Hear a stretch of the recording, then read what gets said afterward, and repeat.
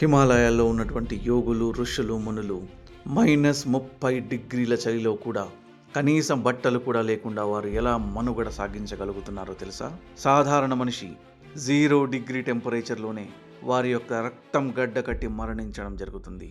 కానీ ఈ యోగులు -30 డిగ్రీల చలిలో కూడా కూర్చొని వారు ధ్యానం ఎలా చేస్తారంటే, మన కుడి నాసికని సూర్యనాడి అని పిలుస్తారు.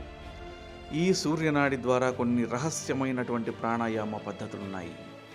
ఈ రహస్యమైన ప్రాణాయామ పద్ధతులు చేయడం వలన వారి శరీరంలో చాలా వేడి జనించి ఈ -30 డిగ్రీల చలిని కూడా తట్టుకునేటటువంటి ఒక ఫైర్ని డెవలప్ చేస్తుంది. ఈ సూర్యనాడి చాలా పవర్ఫుల్.